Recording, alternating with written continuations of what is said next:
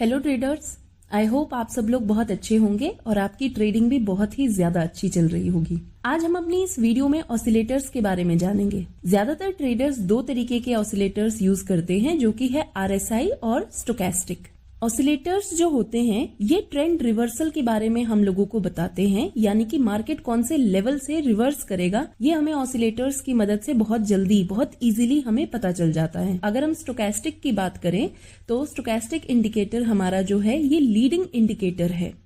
कहने का मतलब ये हमें अर्ली एंट्री या अर्ली एग्जिट के सिग्नल्स दे देता है। ये दोनों ही इंडिकेटर्स हमें मार्केट के एक्सट्रीम्स यानी कि ओवरसोल्ड या फिर ओवरबॉट एरियाज दिखा देते हैं। सबसे पहले अब हम इन इंडिकेटर्स को देखते हैं। जैसे अगर आप इसे प्लॉट किस तरीके से करेंगे, आप यहाँ पर इंडिकेटर्स पर जाएंगे और आप यहाँ पर अगर सिंपली RSI लिखेंगे और इसको क्लिक करेंगे तो आपका ये RSI आ जाएगा। मैं इनमें से अभी एक को डिलीट कर देती हूँ क्योंकि ऑलरेडी मैंने ये लगाया हुआ है। और ऐसे ही अगर आप यहाँ पर जाकर स्टोकेस्टिक टाइप करेंगे तो आपका स्टोकेस्टिक इंडिकेटर आ जाएगा। अब हम इनकी सेटिंग की बात कर लेते हैं। अगर आप यहाँ पर जाकर इस पे डबल क्लिक करेंगे तो देखिए आपको ये एक तो बड़े एरिया में दिख जाएगा, और सेटिंग के लिए आप अगर यहाँ पर RSI पे क्लिक करेंगे तो ये देखिए यहाँ से आप इसकी सेटिंग चेंज कर सकते हैं।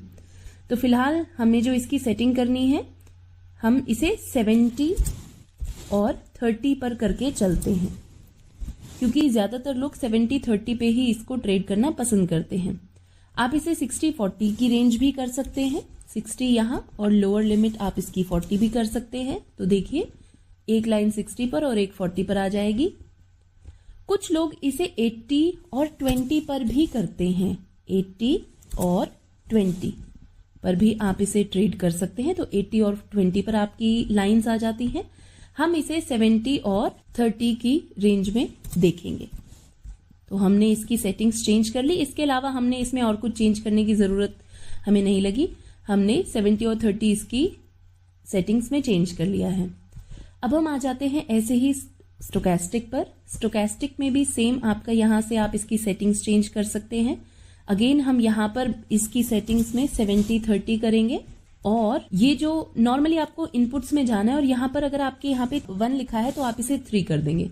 हम इसकी रेंज रखेंगे 14-3-3, ये ज्यादा बेटर रिजल्ट्स देता है। तो इस तरीके से हमने अपनी दोनों सेटिंग्स चेंज कर ली है, और हम अपनी स्ट्रैटेजी और इसको किस तरीके से यूज करते हैं उसमें अब हम लोग आगे बढ़ते हैं।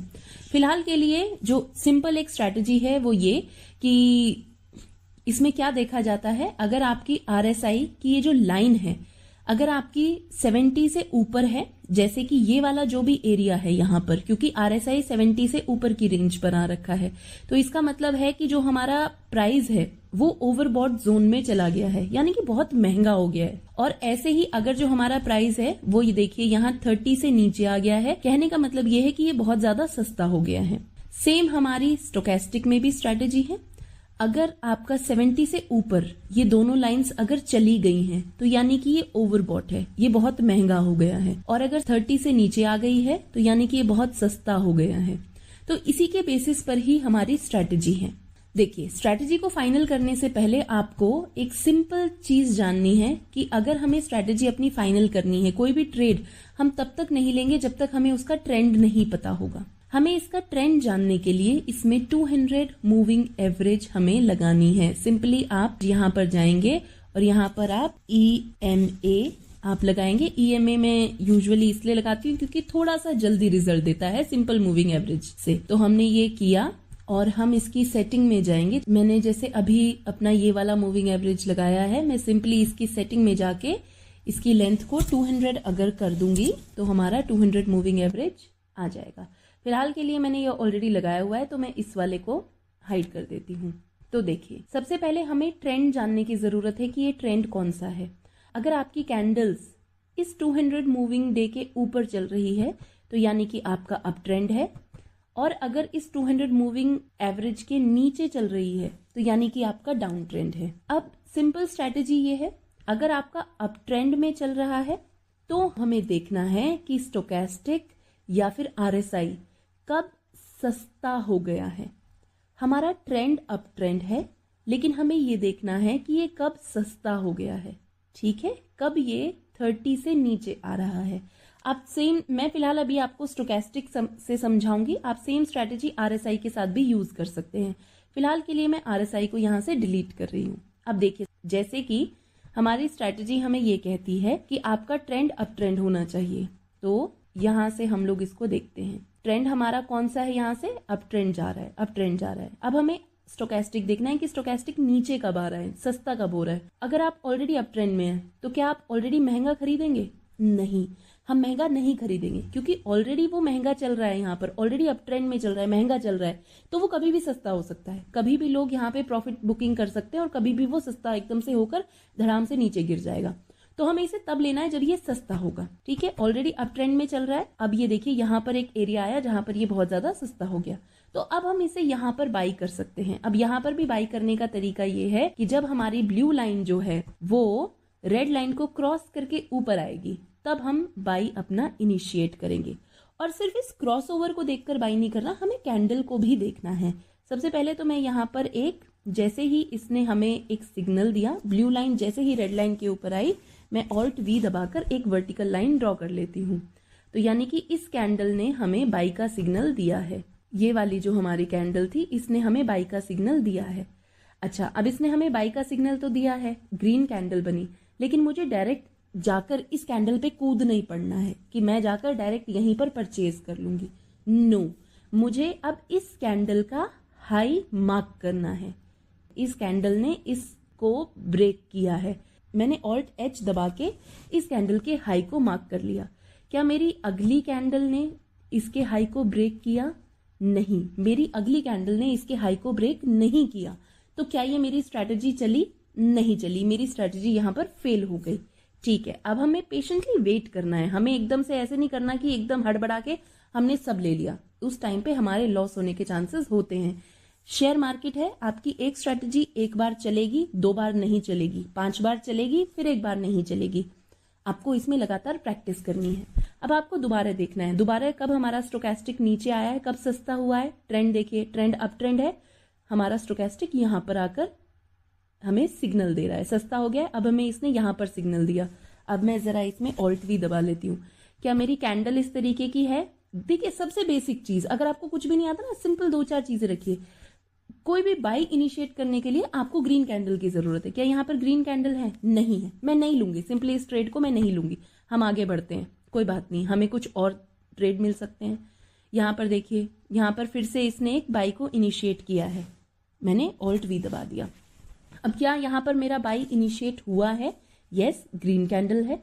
अब मैं इस ग्रीन कैंडल के हाई को मार्क करूंगी। दूसरा स्टेप मेरा ये था कि मैं इस ग्रीन कैंडल के हाई को मार्क करूंगी। मैंने ऑल्ट एच को प्रेस कर दिया, ठीक है, हो गया। तो पहली चीज, अप ट्रेंड में है, यस, 200 मूविंग डे के ऊपर है। दूसरी चीज, क्या ये हमारा क्रॉस सिग्नल दिया इसने, ब्लू लाइन ऊपर आई है रेड को क्रॉस करके? यस, बिल्कुल आई है। तीसरी चीज, क्या यहाँ पर ग्रीन कैंडल का हाई टूटा अगले दिन? यस, ग्रीन कैंडल का हाई हमारा टूटा है। तो क्या मैं अब इसमें बाई इनिशिएट कर सकती हूँ? यस, मैं अगले दिन इसमें बाई इनिशिएट कर सकती हूँ। अब कुछ लोग यहाँ पर डर जाएंगे कि मैंने ग्रीन में एंट्री की, कैंडल तो रेड बन गई।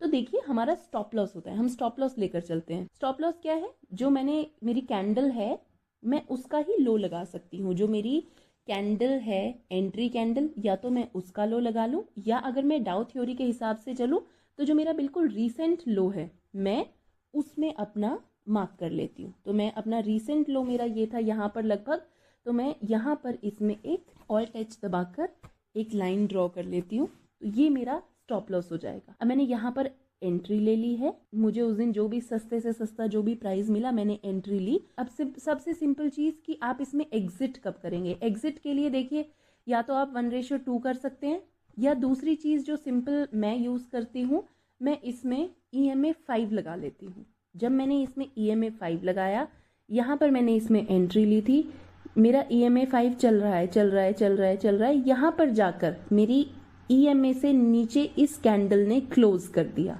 मैं अगले दिन और वेट कर सकती हूँ। अगर अगले दिन भी वो रेड कैंडल बन रही है तो मैं एग्जिट कर सकती हूँ, अदरवाइज ग्रीन कैंडल है तो मैं उसको और राइड कर सकती हूँ। तो यहाँ पर जाकर फाइनली इसने मेरी EMA 5 के नीचे क्लोज किया है, तो मैं यहाँ पर, ये मेरा जो एरिया होगा, मैं यहाँ पर इसमें से एग्जिट करूंगी। तो आप देख सकते हैं आपने लगभग एंट्री 622 पे की थी और एग्जिट अगर हम यहाँ पर मान के चलते हैं तो 700 पर आपने एग्जिट की है। तो आप देखिए आराम से आपके 60-70 पॉइंट्स तो कहीं पर भी नहीं गए हैं इस सिंपल से एक ट्रेड में। तो अब आपको समझ में आ रहा है कि किस तरीके से आपको RSI स्टोकेस्टिक का यूज करते हुए सिंपल आपको एक ट्रेड किस तरीके से फाइनल करना है। तो जो स्टेप्स हैं, सिंपल स्टेप्स है। आपको सबसे पहले EMA लगा के देखना है कि क्या आपका ट्रेंड जो है वो अप ट्रेंड में है या वो डाउन ट्रेंड में है। अगर अप ट्रेंड में है तो आप ये ढूंढेंगे कि स्टोकेस्टिक में वो सस्ता कब मिल रहा है आपको। अगर वो आपका डाउन ट्रेंड में चल रहा है, मान लो अगर ये नीचे होता, जैसे कि अब देखिए ये डाउन ट्रेंड में था, तो डाउन ट्रेंड में हमें क्या देखना है, डाउन ट्रेंड में देखना है कि ये महंगा कब होगा। तो यहाँ पर ये इसने अपना ट्रेंड चेंज किया, ये नीचे आया। अब ये देखिए यहाँ पर महंगा था, यहाँ पे महंगा था, जैसे ही इसने क्रॉसओवर किया तो मैंने यहाँ पर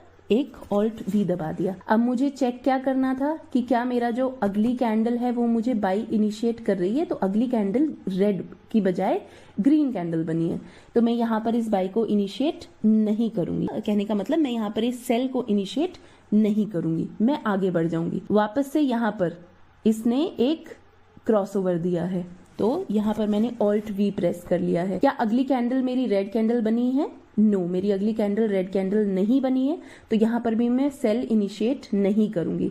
अब मैं यहाँ पर देखती हूँ, यस यहाँ पर जो मेरी कैंडल है रेड है, यहाँ पर इसका एग्जैक्ट क्रॉसओवर हुआ है, तो मैं यहाँ पर Alt V दबा दूंगी। क्या अगली कैंडल रेड कैंडल बनी है? यस, अगली कैंडल मेरी रेड कैंडल बन गई है, तो मैं यहाँ पर इसमें एंट्री ले लूंगी और मेरा एग्जिट समवेयर हियर यहाँ पर कहीं होगा। तो ये ट्रेड मेरा ज्यादा नहीं चला है, बट हाँ एटलीस्ट मैं प्रॉफिट में रहूंगी अगर मैं यहाँ पर कहीं इसमें से एग्जिट करूंगी। तो देखा आपने डाउन ट्रेंड में हमें किस तरीके से इसको करना है और अप ट्रेंड में हमें किस तरीके से करना है।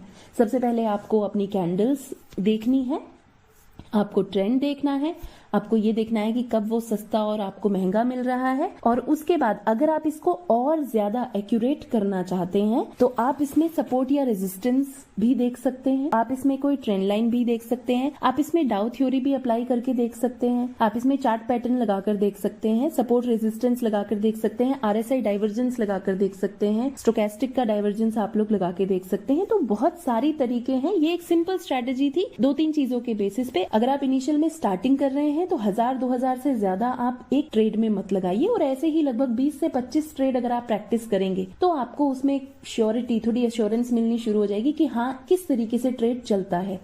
और आप उसके बाद उसमें RSI डाइवर्जेंस, डाउ theory, trend line, chart pattern, support resistance, ये सारी चीजें हैं जो आप उसमें और एड ऑन करके अपने इस ट्रेड को और ज्यादा इंपॉर्टेंट बना सकते हैं। तो आज की वीडियो के लिए इतना ही। आई होप आपको ये स्ट्रैटेजी पसंद आई होगी।